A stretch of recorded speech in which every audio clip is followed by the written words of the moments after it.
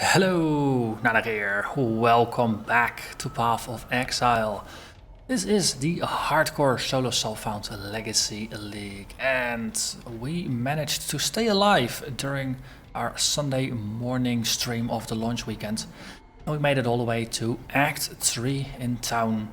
We started on the ledge and fought our way past everything that you might have expected. So we defeated Mervale, defeated everything in here. We still skipped the Dread Thicket because there is still no reason to go for it.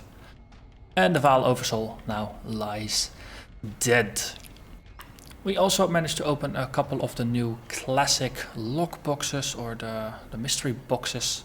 That's all gonna be in the snippets in the video later. Got some boss fight highlights for you, some unboxing, and a little bit of talking about the Twitch streaming that I've been doing and my plans going forward with that.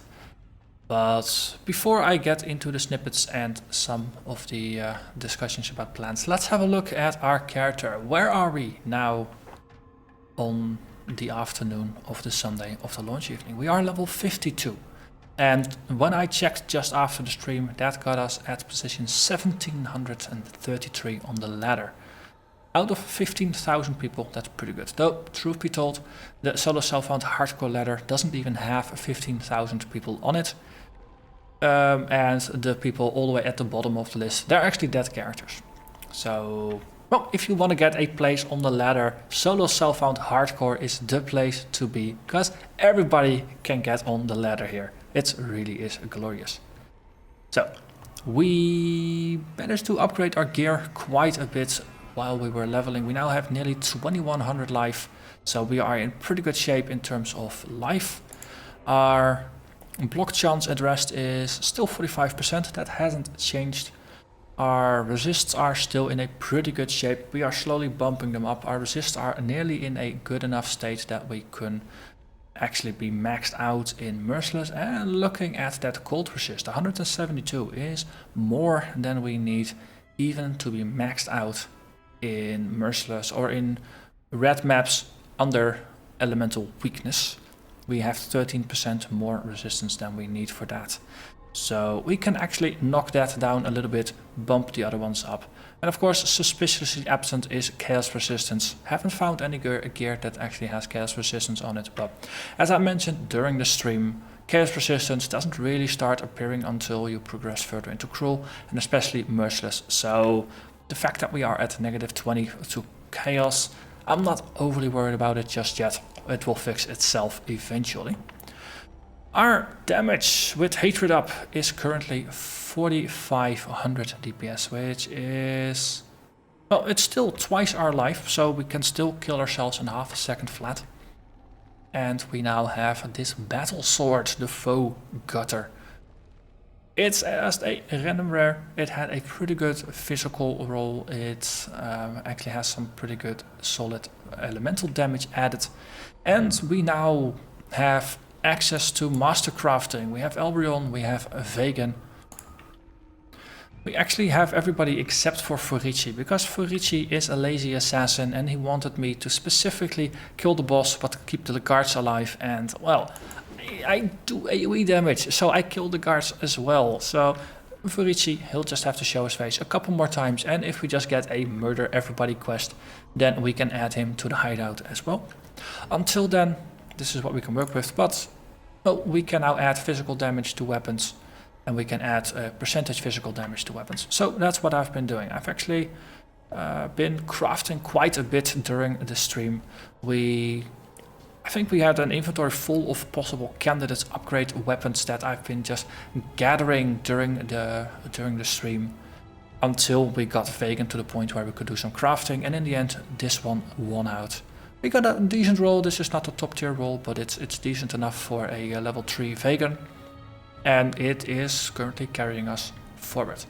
We still have the tabula, we still have the gold rim, nothing really changed here. I think that's just the same shield as before. The boots might still be the same. I think we upgraded our belt.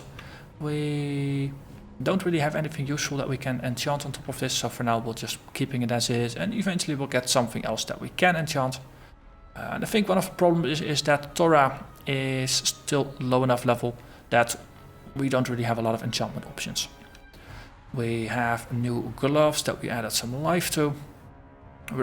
Rings added some intelligence, because intelligence is a stat that is currently difficult. We are at 98, and if we really want to push elemental weakness higher, we really need to boost our intelligence as well. And if we are completely capped out with our intelligence, as in if we are pushing our blue gems to the limits of what they can be, then it's going to be really difficult to swap out our gear for new things if there's even just a little bit of int on it. So I'm keeping elemental weakness lower for now until we get more intelligence from the skill tree.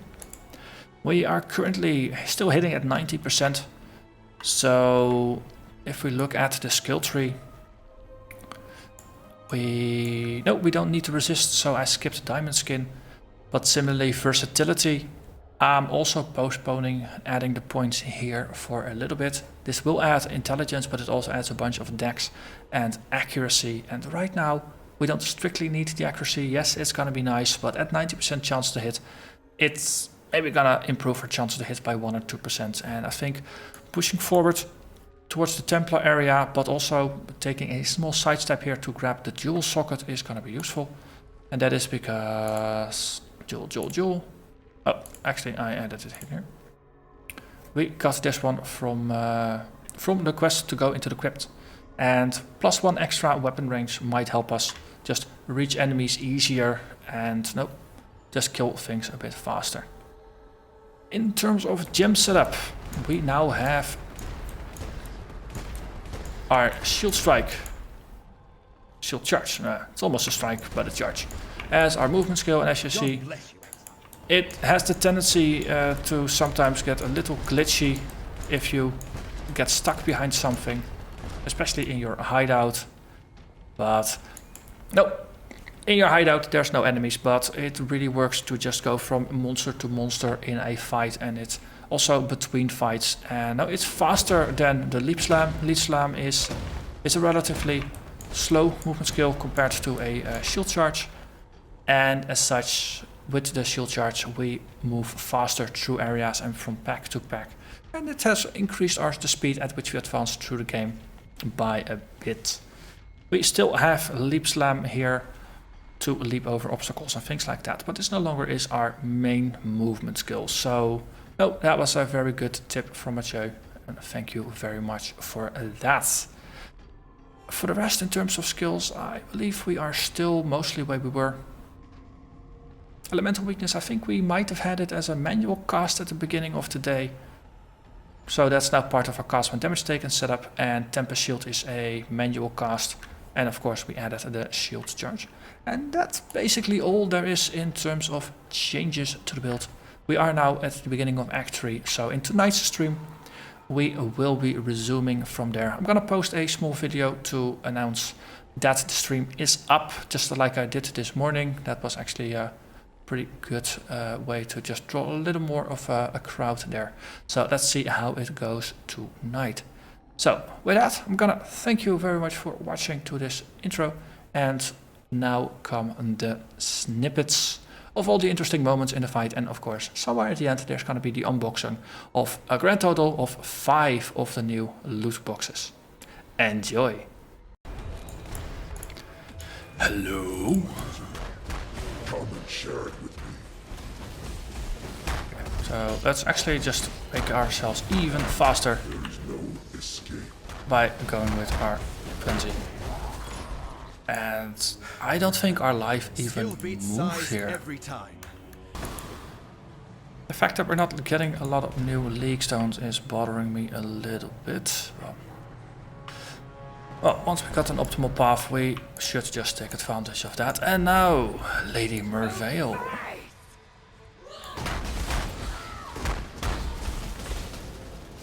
Okay, we'll just make ourselves immune to getting frozen. That helps.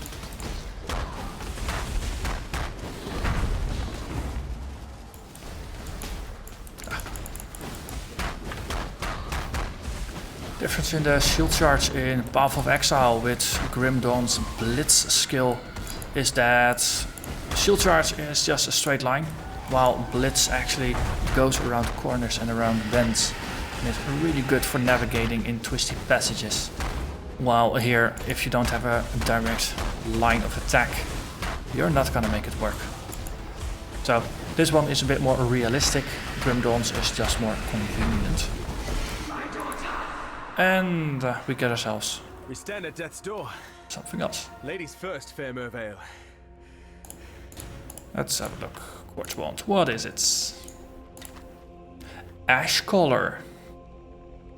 Ooh. 10% chance to cast a level 8 summon raging spirit on kill.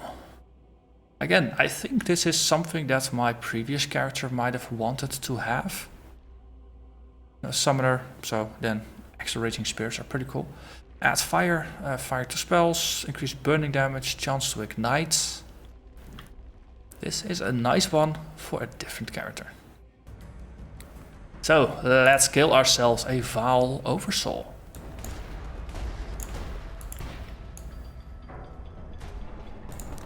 On normal, he was doable. We are now pretty darn powerful.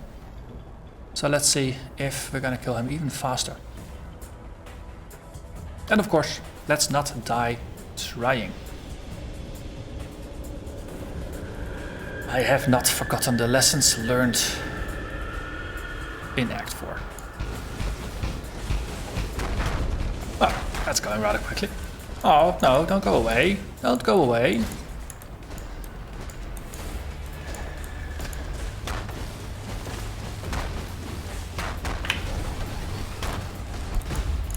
Yeah, let's not get hits. I might be feeling tanky, but I'm not gonna tank that hammer smash, dude. Really. Not gonna fall for it. Hey! Instant delivery. And down he goes. There you have it, ladies and gentlemen. The Act 2 boss, Vile Oversoul, is no more. And we can go onwards to Act 3. We have 2 empty sockets for our prophecies, so let's add some more. I think I'm starting to like this rake last. Cool. Let's see. What's after defeating the gods, though? Yes, we don't know where the story is gonna end. You said you will do an unboxing after Act 2. Well, we need to get to Act 3 town, and then, of course, we'll have some opportunities. As promised, let's get ourselves some of these new boxes. Newly added, that's gonna be. Classic mystery box. So, gonna be a lot of stuff that could be in it. A lot of purple stuff that could be in it. So let's see what we get. And the question is, of course, always gonna be, where did it hide? There. We get the Arcane Lightning Helmet. Is it a bonus? No, it's gonna be an alternative. So let's just apply it. It's gonna be a bit mismatched. But now we look really blue and angry. I have to say, I do like the blue arcane look. It's, of course, it's not purple, but it is shiny. Okay, I am kind of getting suckered into this. Let's get a couple more. So let's open 5 in total. So we're gonna buy 1, 2, 3, and 4. That makes 5 in total. It's all small ones. So we get a blue crystal. We get a purple divine sign. Ah, that's an overlay over our helmet. I don't really like it. It's purple, but it's not nice. Arcane Victorious Wings. Part of arcane wings to your headdress. Okay. Small wings on our helmet. Also not that exciting. And yay, we got duplicates. This is why I try to restrict my purchasing of these items because duplicates are just annoying. As you might see, I've got quite some stuff over the years. And there's a lot of duplicates. There's also a lot of fireworks. I mean, I still have a bunch of dark fireworks and... Yay, we got fireworks. Yay, we got more fireworks.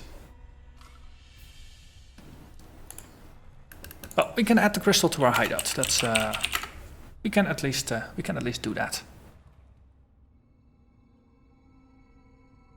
Buying boxes till the first duplicate is also a way to do it, of course. In I don't know. In the past, TTG was a little more vague about the entirety of the boxes and things like that. With the classic box, no, they now stated up front, like, this is what's in it. These are the odds of getting all the things. These are the values of all the things. So all the information is out there. They also say the crystals. So that would be like these. These crystals are going to be exclusive. There's a red, a blue, and a green one. And there was one other item that was also similarly cosmetic that was only available while the boxes last, and they will not be for sale outside of it. But they're all common tier items, so chances are you're gonna get completely swamped. And indeed, as Comediali points out, that is due to them launching in China, and China recently having added laws that actually mandate this. And because, of course, Path of Exile is also available in China, they are rolling out that policy worldwide, and I think that's a good thing.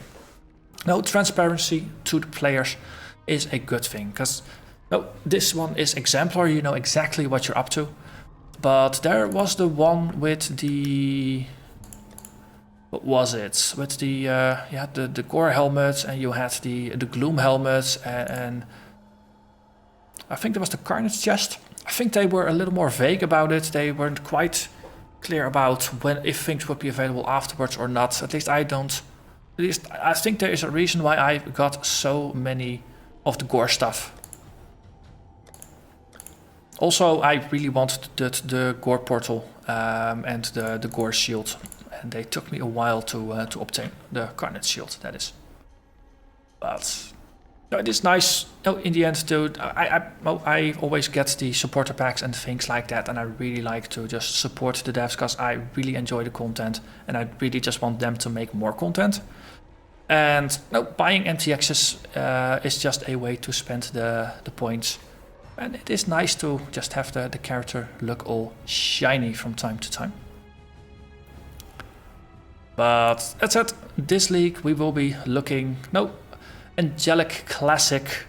I think this is a pretty fancy look. No, it's a gladiator. This is a proper gladiator. Though it's a bit of an angelic gladiator, but it's a gladiator nonetheless. So that is pretty darn cool.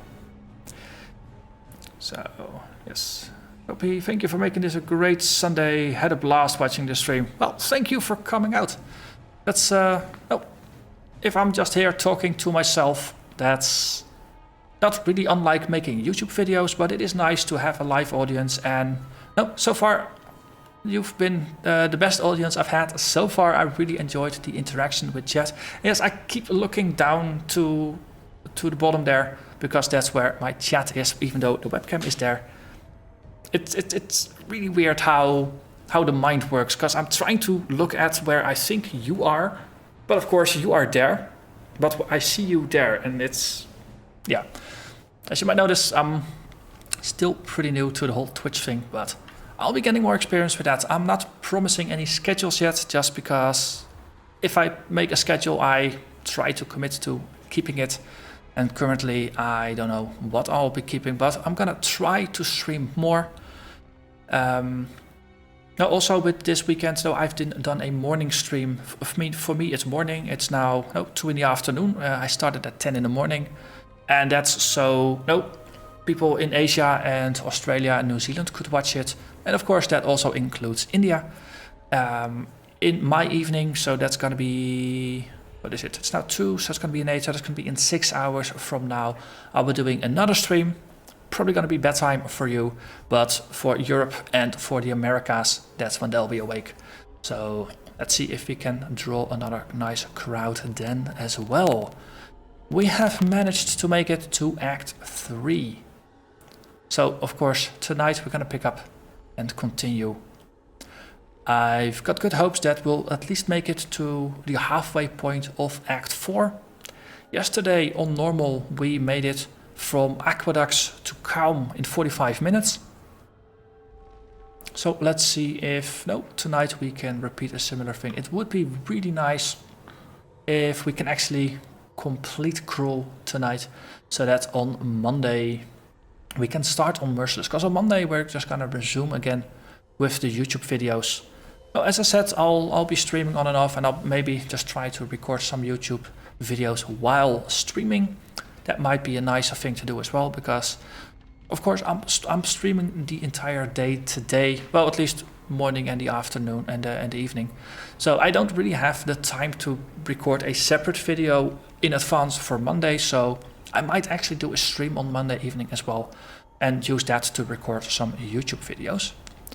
So that is gonna be it for now though. Thank you all so much for coming by, and I hope you enjoyed the stream.